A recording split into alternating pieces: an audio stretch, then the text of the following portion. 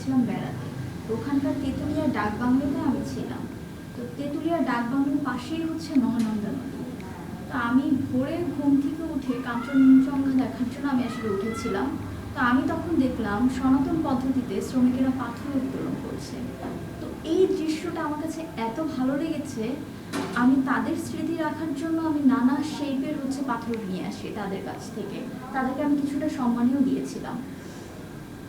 তো আমি যখন বাসায় নিয়ে আসি, তারপর আমার কাছে মনে হলো পাথরগুলো রেখে দিয়ে আসলে তো কোনো লাভ নাই, এগুলোতে যদি কোনো কিছু করা যায় তাহলে বোধহয় খুব ভালো হয়। আমি যেহেতু পেন্টিং ডিপার্টমেন্টের স্টুডেন্ট, আমাদের একটা সাবজেক্ট ছিল গুহা চিত্র।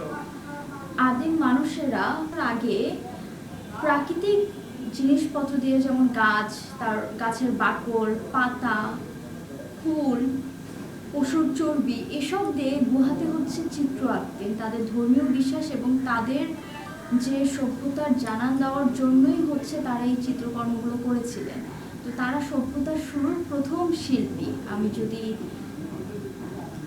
ভুল না বলে থাকি। তো তাদের এই বিষয়টা আমার কাছে এত বেশি ভালো লেগেছিল যে আমি ওটাকে আবার রিপ্রেজেন্ট করেছি। আমার কাছে মনে হয়েছে আমি সেই গুহা চিত্রকে আবার পাথরের মাধ্যমে নিয়ে আসতে পারি, তবে সেটা অ্যাক্রিলিক রঙের মাধ্যমে।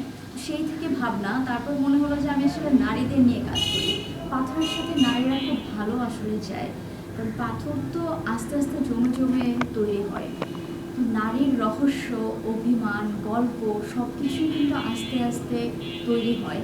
তাই আমি পাথরে নারীকেই নিয়ে এসেছি এবং নারীর শৈশব থেকে শুরু করে বৃদ্ধ বয়স পর্যন্ত একটা সময়কালকে আমি আমার পাথরে ফুটিয়ে তুলেছি।